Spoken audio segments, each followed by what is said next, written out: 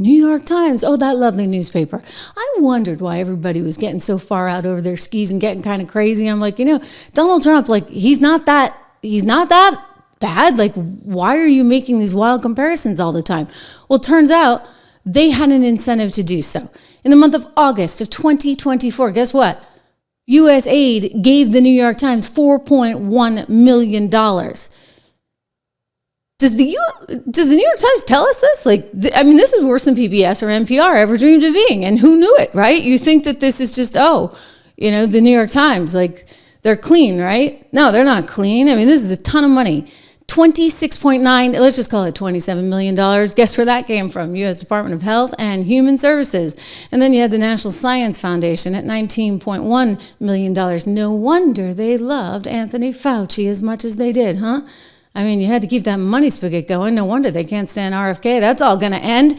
Check it out. Politico. Here are the grand totals that are being tallied up. The latest and greatest, and Doge has all this information, is somewhere around 34.3 million that they were getting from various government agencies. You had the New York Times totaled up to some 50 million from various government sources. AP, nearly $20 million in government contracts, $619,000 in grants from the Department of State, with funding spikes that happened miraculously in election years like 2020 and 2024. You had Reuters getting $9 million from the Department of Defense for active social engineering, whatever that is, huh? Were they trying to create new X and Twitter accounts? $220,000 from the State Department just last year. And then the BBC, they were getting a lot of money. In fact, they actually said 8% of their income came from USAID. Imagine that. We are bankrolling the BBC. Doesn't sound very America First to me. Anyway, we're bankrolling them, and it came out, and now they responded, and they're like, yep, 8% of our income comes from USAID. I'm telling you guys, this is messed up. And I think it's going to get worse. I just have this little hunch because I suspect this is the tip of the iceberg. What about all these NGOs? What about, say, the Clinton Global Initiative? Is this why Hillary's freaking out? Elon Musk, oh my God, he's the devil right now. He's mounting a, what does she say? Blitzkrieg-style administration coup of the U.S. government, accessing and editing critical systems that manage everything from Social Security payments to private taxpayer information. This is what they're trying to do. They're trying to scare the heck out of everybody. Oh my gosh.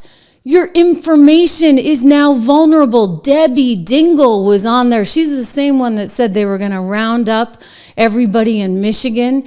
Muslims had to be careful because they were going to put them in concentration camps. And then she came out and she said on CNN now, oh my gosh, watch out everybody, because they're going to get your information. They're going to do something with it. And if it's not the Democrats, that was their story today. The day before it was, oh my gosh, what's going to happen to all these poor people around the world? Ilhan Omar is exceptionally upset about it all. I am exceptionally upset about USAID.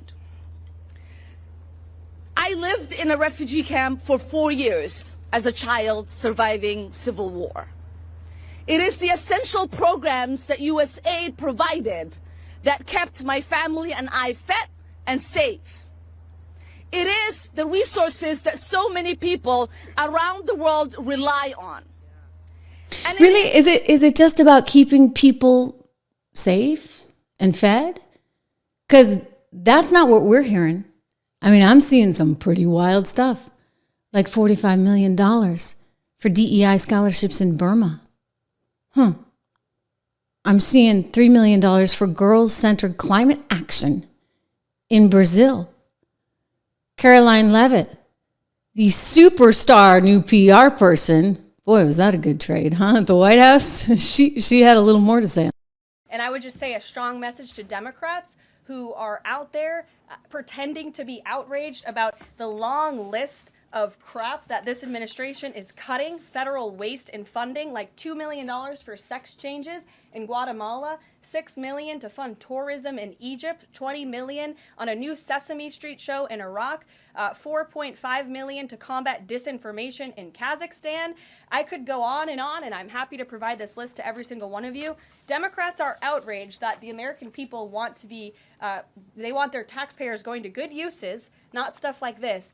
But then they're very quiet about the fact that there are still North Carolinians and people in California who have lost everything. And in the last 4 years, this federal government did nothing to help them. This president will continue to put Americans first. And I think the successes of this week so far speak to that. And it's only Wednesday. So listen, do you really want your hard-earned taxpayer dollar going to pay for things like DEI musicals in Ireland? Or a trans comic book in Peru? They spent $32,000 on that. $47,000 for a trans opera in Colombia.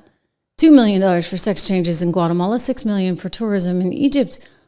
What the heck is going on? This is not okay. You know how hard we work?